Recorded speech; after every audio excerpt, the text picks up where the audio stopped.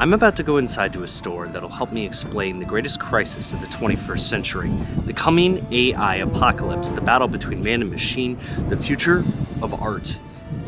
That's right, we're going to Joann's.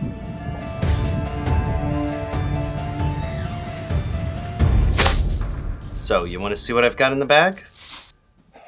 It's lace, baby. Should I just do the whole video like this? I don't want to tell you my infotainment. Do I look more or less credible? How are we gonna get this in the video for the rest of the video? Look like I'm in a really low budget boudoir. The Kubler-Ross model was created in 1969, and like all things psychological, it has been mischaracterized, misunderstood, and misrepresented. You might know it as the 5 stages of grief.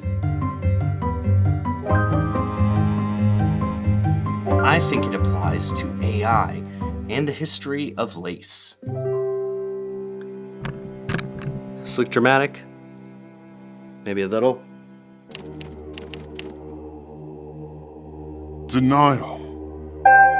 I can't tell you how many articles I've seen saying that AI will not replace mid-level artists.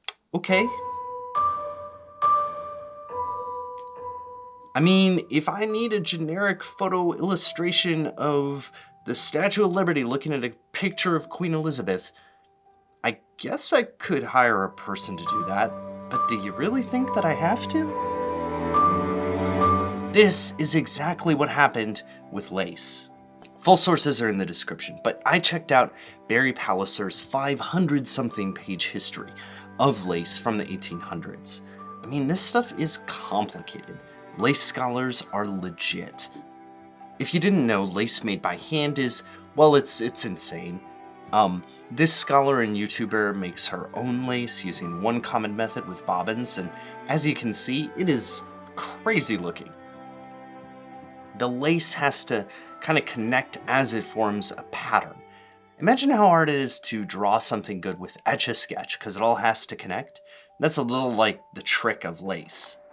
Here are some highly proficient hand lace makers. And look, it's not easy. Handmade lace was a really popular luxury good.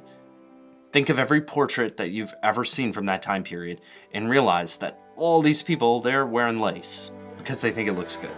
There was a huge workforce of lace makers, hundreds of thousands of people around the world. Here's a clip of just one of those machines to get a sense of the speed and scale. This is the stuff that would put people out of work. Barry's assessment might sound familiar here. Almost every description of lace is now fabricated by machinery, and it is often no easy task, even for a practiced eye, to detect the difference. Still, we must ever be of the opinion that the most finished productions of this frame never possess the touch, the finish, or the beauty of the laces made by hand. The Nile ain't just a river in Egypt, my friend. I have no idea if this is the Nile. Dall E 2 made it. So I found this modern day guide to telling the difference between handmade and machine-made lace. Okay, nice. This lace is good. Ooh, this lace is garbage. Just kidding. I switched them. If you make lace by hand, move down the stages of grief to Anger. About a week ago, I started seeing these think pieces about how artists should be upset that their images are being used in training sets for the AI art. Have you heard of the Luddites?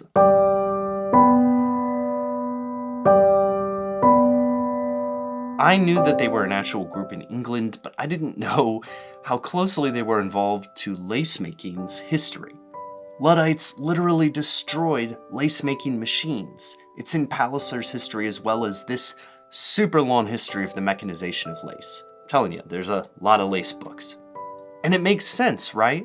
They were angry that this machine really was taking their job. And it didn't do much to help them. Which brings us to Bargaining. Listen, from the beginning, you've had people trying to propose that there could be this kind of hybrid market of prompt engineers who are working with the AI. And I reckon that in some cases that will be true. But there's a bit of bargaining going on here. This happened with lace as well. In another history of lace, they discuss how both the handmade and machine-made lace industries were benefited by the combination. They could work together. Think Terminator 2, but lace. And it's true that even today, lace makers will often inspect machine-made lace for errors, and they'll do work to clean it up. But it seems a little desperate, doesn't it? That brings us to depression. Okay, honestly, I'm not sure if we're in the depression stage for AI-generated art yet. We're probably still bargaining a bit, but it happened in the lace-making industry, and in that case, depression meant a lot of people lost their jobs, and the workforce changed. I'm sure I could dig up some sad lace workers for you, but instead, I want to give you an example of how this disruption was productive, as most of these technological disruptions are. This is a Jacquard card. If you know anything about early computers, you know that they worked on punch cards. The Jacquard card was one of the first such punch cards, and it told lace machines what to do. That's right, some of the technology that was behind early computers was invented to make lace. People like Charles Babbage, who was basically the inventor of the computer with his difference engine, were really inspired by this. So from the depression of that industry came a breakthrough that led to a huge surge in human productivity. So don't be depressed, be optimistic. Which brings us to the stage called acceptance. Yeah. Today, lace is just a tool among many. We accept that it's not handmade most of the time, but if it is, neat. If not, that's fine too. And we don't really care where it comes from either. This lace up here, whew, that was cool. Cost me about $6, and yes, it was made in China. Even the machine-made lace industry in England has declined precipitously as a lot of that work goes to Asia. But now we are just left with the possibilities. Designers can put it in their dresses. I can use it as a veil so that I won't be recognized and mobbed by my fans in public. Should I just do the rest of the video this way? So what does that acceptance look like with AI? I think it's about figuring out the creative possibilities and not stressing about the loss. Okay, I can't do the whole thing this way. It requires us to look at that prompt box and the blinking cursor inside it and not see certain doom in the face of computerized dystopia, but instead see something like this. Oh God. We're all gonna die. Alrighty, that is it for this one. I actually got the permission to use this analogy of lace for AI and visual effects and stuff like that from a user on Reddit. So I've linked his Twitter below, and you can go ahead and check that out and see some of the cool art that he's made. Yeah, otherwise, thank you for watching. This is a channel where I post personal videos, history videos, stuff like that. And I was just really captivated by the idea that lace was this perfect analogy for what we're going through right now with artificial intelligence generated art.